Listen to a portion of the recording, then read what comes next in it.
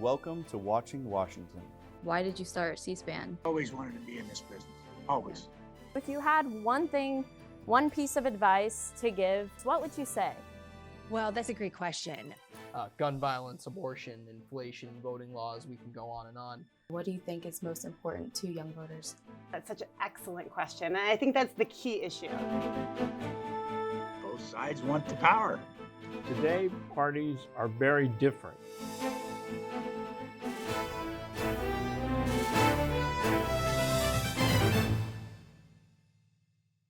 Hello and welcome back to another episode of Watching Washington. Today is Friday, February 15th. I'm Maddie Brode. And I'm Joyce Doan. As always, we are here to provide you with essential updates on what is happening in our capital this week. To start the show, we would like to first recognize the lives lost in the Michigan State University shooting on Monday, February 13th. During the shooting, there were 3 students killed and 5 wounded by a gunman in East Lansing, Michigan. According to the New York Times, the university's campus was in complete lockdown as the police conducted a 3-hour manhunt for the shooter. Classes have been canceled until Monday as students take this time to process and grieve for their community. In the aftermath of this tragedy, President Biden has continued to call for Congress to do more in regard to gun reform. I am running for President of the United States of America. Nikki Haley officially announced her bid for the presidency Tuesday. Haley was the first female governor of Asian American heritage during her tenure as South Carolina's president. She also became the first Indian American member of a presidential cabinet's 2017 as the U.S. ambassador to the UN.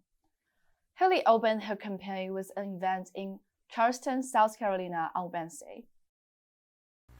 We're ready to move past the stale ideas and faded names of the past.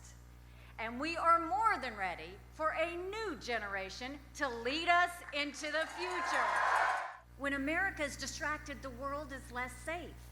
And today our enemies think that the American era has passed. They're wrong. America is not past our prime. It's just that our politicians are past theirs.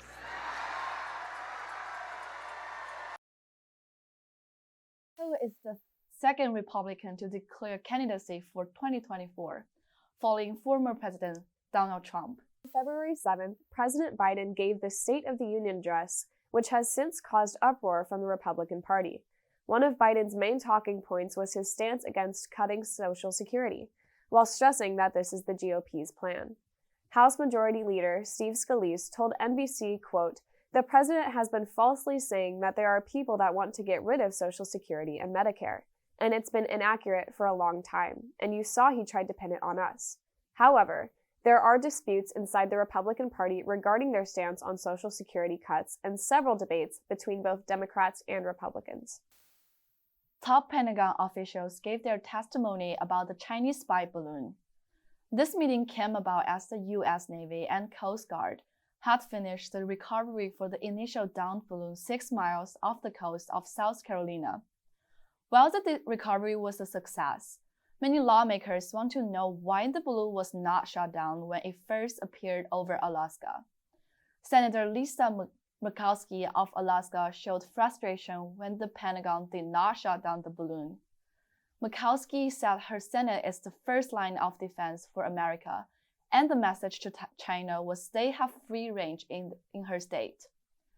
Assistant Defense Secretary for Homeland Defense Melissa Dalton said, "That's a key part of this operation was to make sure that they were able to salvage as much as the balloon as they could after they shot it down."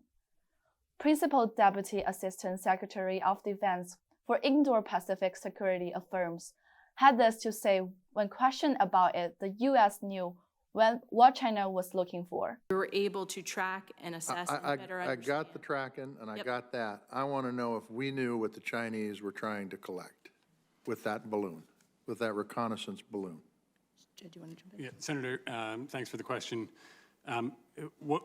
We can probably get into details more in the classified setting. You can just say yes or no. Sir, you don't need to get into specifics. Just did we know what they're trying to collect? Yes or no? Yes, sir. We understand that this is a broader, part of a broader suite of operations that China is undertaking. So we knew what they were looking for. Sir, I think we should talk about this more explicitly in the classified session, but yes, sir, we understand that this is part of the broader suite of operations that China is undertaking. This is a developing story, and we will keep you updated. The Department of Justice has informed the lawyers of Florida Representative Matt Gaetz that he will not be charged following a years-long federal sex trafficking investigation. According to CNN, the decision marks the conclusion of an investigation where Representative Gaetz was accused of violating federal law by paying for sex with women younger than 18. Gaetz has repeatedly denied the allegations. Prosecutors recommended against charging Gaetz last September, due to questions of whether important witnesses in the investigation would be viewed as credible before a jury. Gaetz has been serving Congress since 2017, and the investigation began in late 2020 under former Attorney General Bill Barr. The investigation heated up after Joel Greenberg, a close friend to Gaetz, pleaded guilty to 6 federal crimes, including a sex trafficking charge, and by agreeing to cooperate with prosecutors. According to CNN, on Tuesday, February 14th, 4 individuals in southern Florida, 3 of which were U.S. citizens, were arrested and charged in connection with the 2021 murder of Haitian President Jovenel Moïse.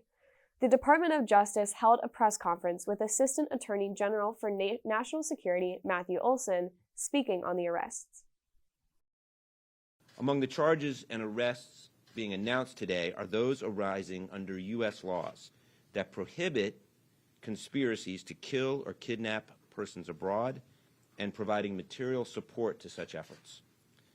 This assassination was carried out in Port-au-Prince, but as alleged in the complaint, aspects of this deadly plot were advanced inside the United States by co-conspirators and facilitators located here.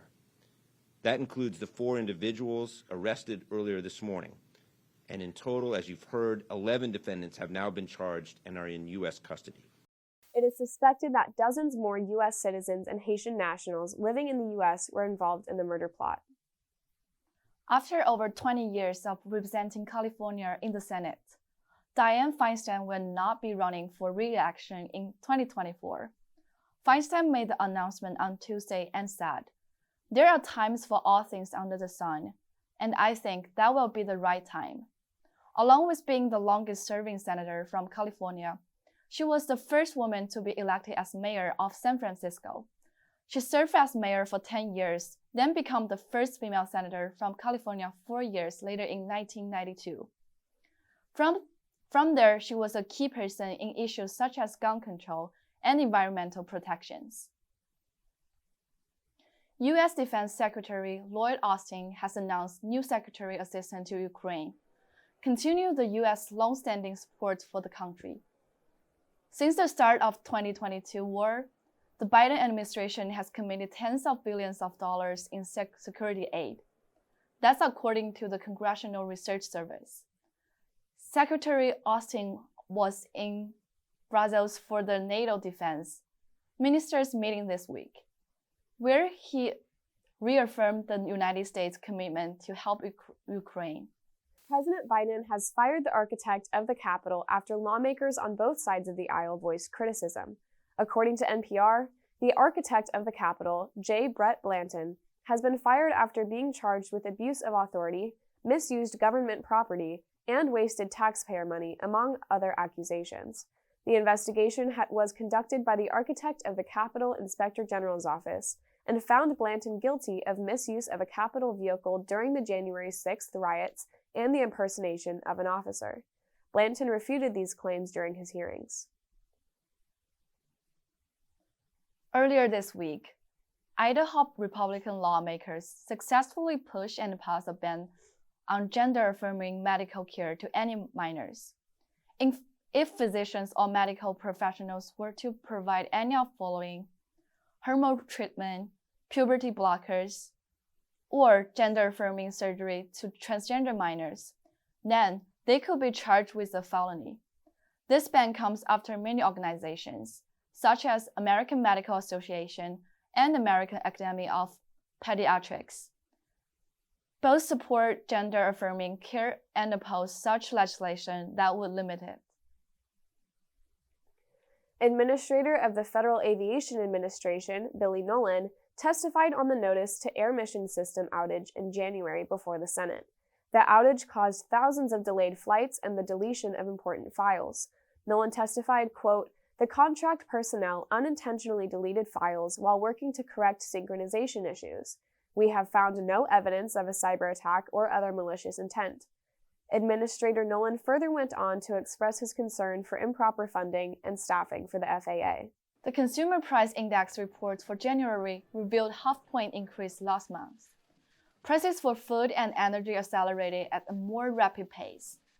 According to the Bureau of Labor Statistics, while inflation cooled to 6.4% from 6.5% in December, prices of various foods and services continue to climb.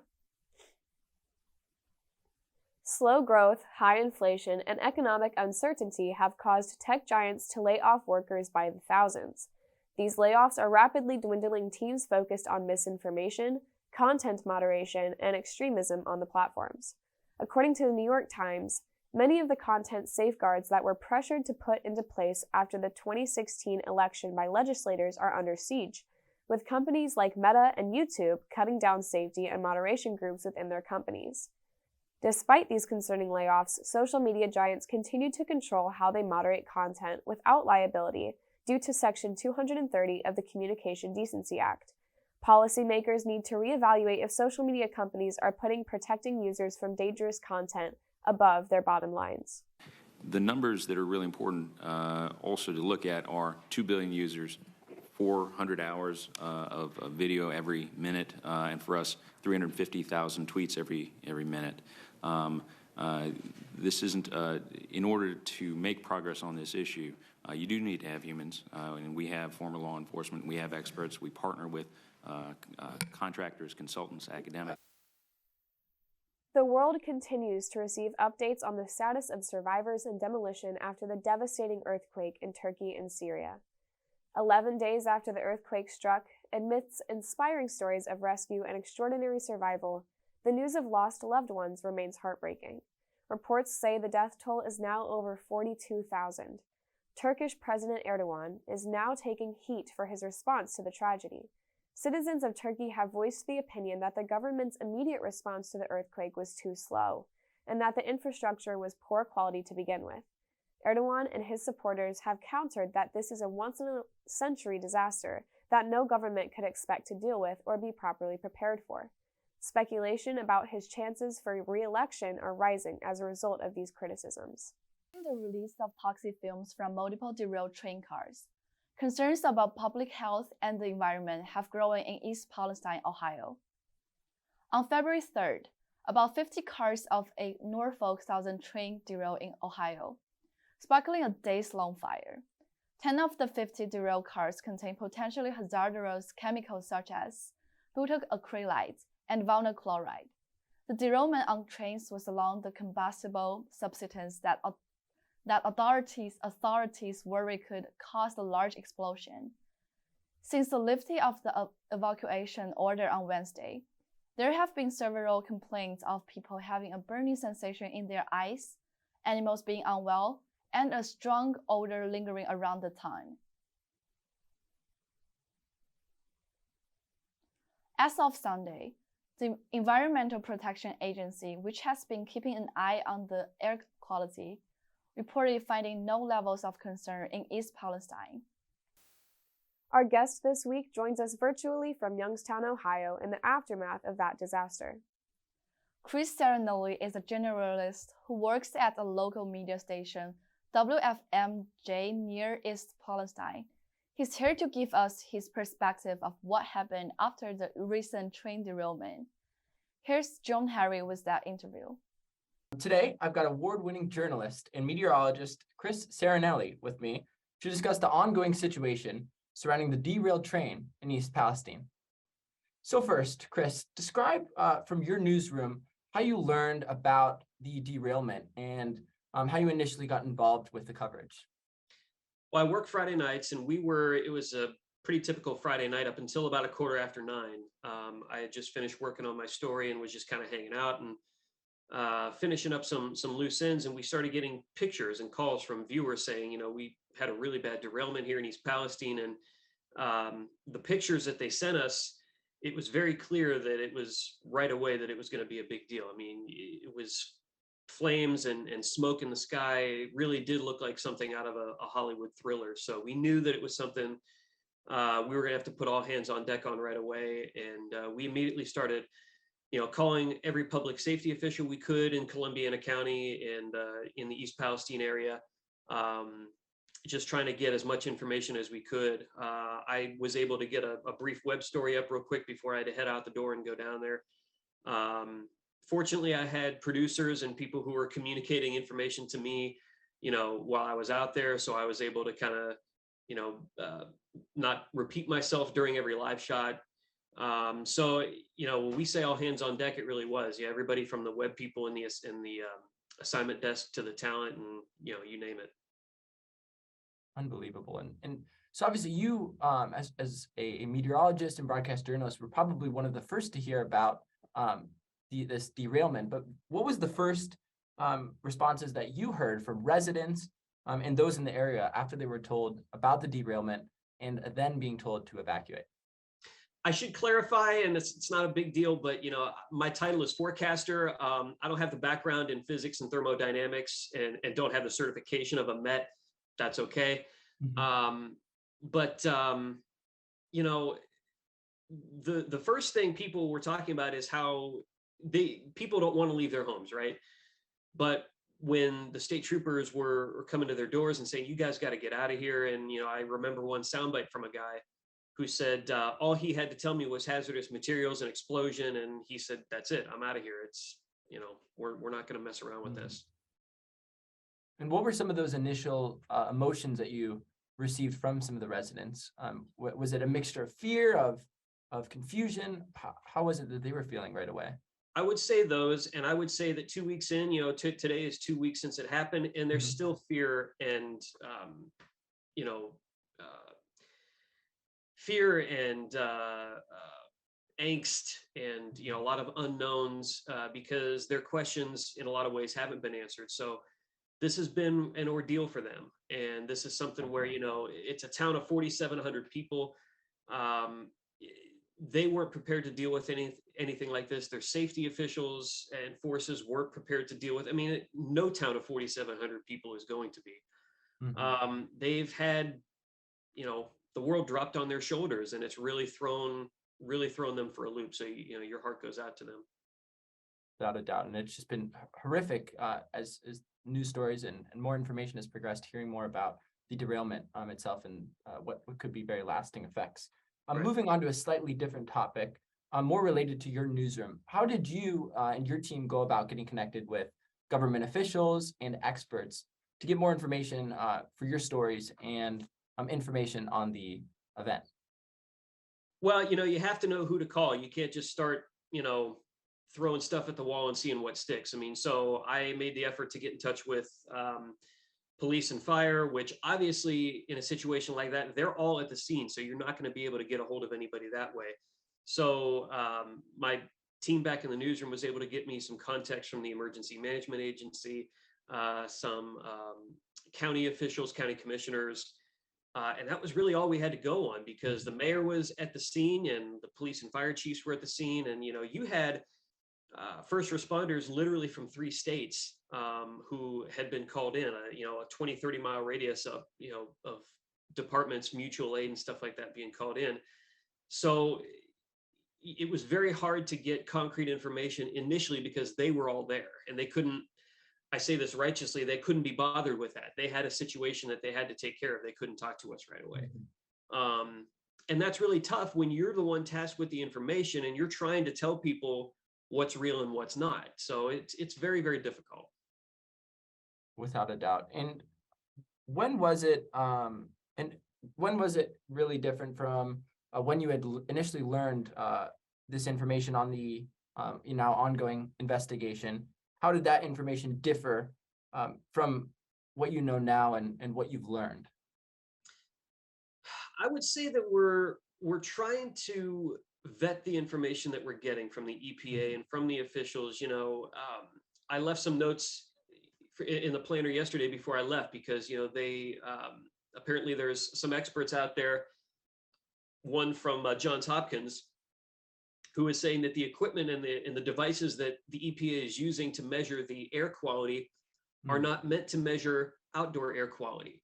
So are the people getting a true picture of what the air is in their neighborhood? So, they need a lot of concrete information because, people are still saying we're smelling this chemical smell, we're not feeling well. They need to have data that they can trust, and they need to have evidence they can trust of what the situation is. So I would say that that's been the big focus for us is, holding the public officials to account, which is what journalists are supposed to do anyway, holding Norfolk Southern to account. Norfolk Southern, there was a town hall the other night, and at the last minute they pulled out. Norfolk Southern said, we're worried about the safety of our representatives. I don't really buy that, quite frankly, because you had state highway patrols and sheriff's deputies and police. You had people, law enforcement all throughout that gym to protect the situation and protect the environment. So, you can't tell me with all that in mind that you feared for your safety and you couldn't face these people. So that's been frustrating for us as journalists, and obviously it's been very frustrating and infuriating for the people who are trying to get through this. Mm-hmm. And that's really interesting hearing that as a Norfolk Southern was so worried about their own safety when all of these residents are still unclear in East Palestine about They're own scared safety. for their own safety. Yeah. And so on that idea of how officials have came in and tested the water, and there's still some unclarity on how everything is now. What has been from your perspective, this total response that you've seen from officials, from law enforcement who've came in to, again, really test the water, test the air, and try to mitigate some of these concerns that citizens still have in East Palestine?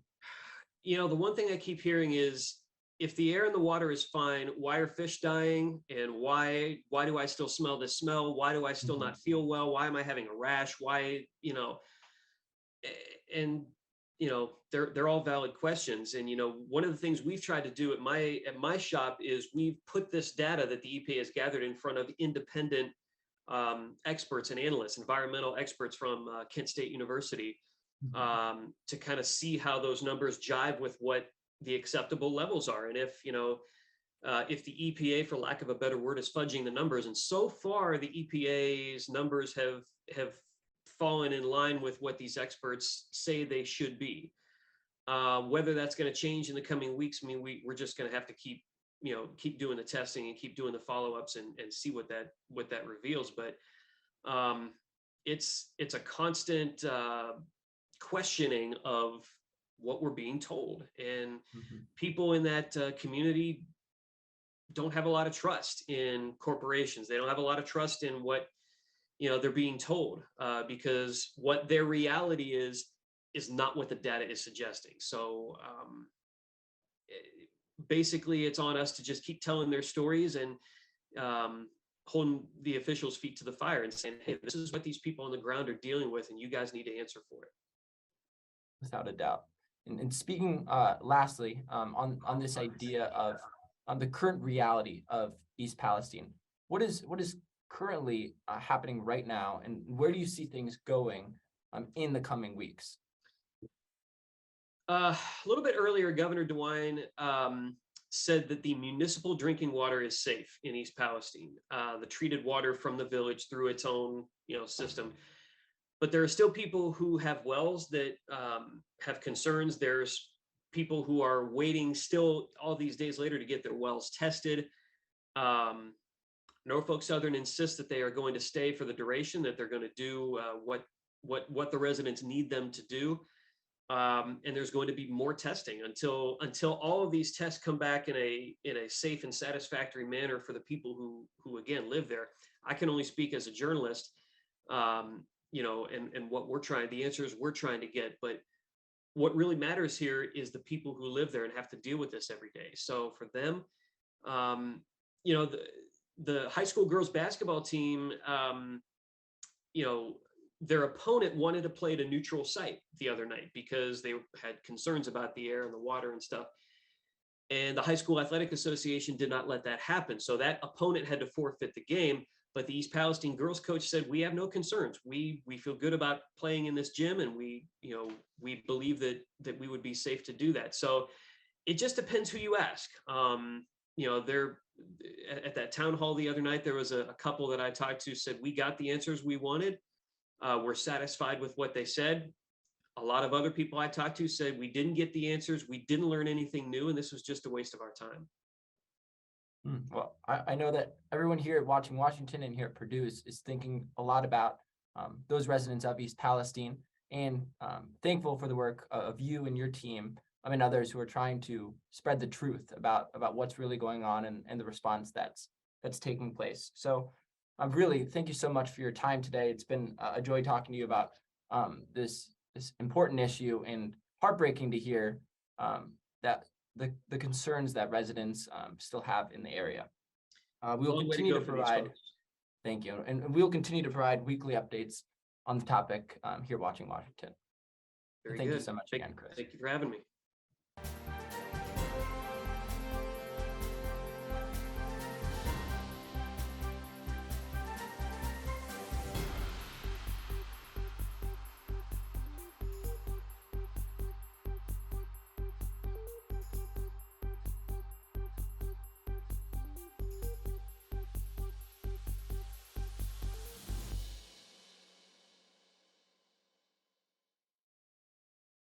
CCSE provides numerous opportunities for students of all majors.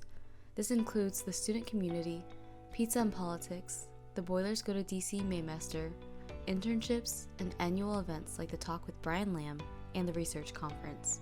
The goal for the CCSE is to help students get more educated on politics, government, media in a nonpartisan fashion, and to learn how to use the C-SPAN Video Library for resources, for research of their own, to learn more about politics and obviously the government and journalism.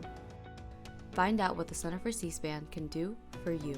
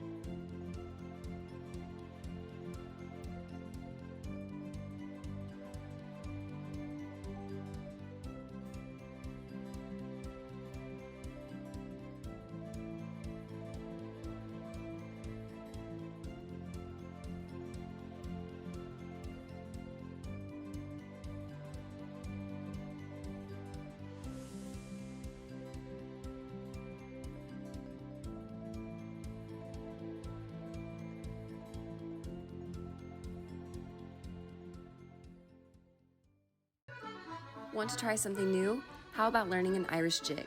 Come leap into the semester with the Irish Dance Club. No experience is necessary, so come to a meeting at the Stewart Center from 7:30 to 8:30 p.m. Mondays and Wednesdays. See you there.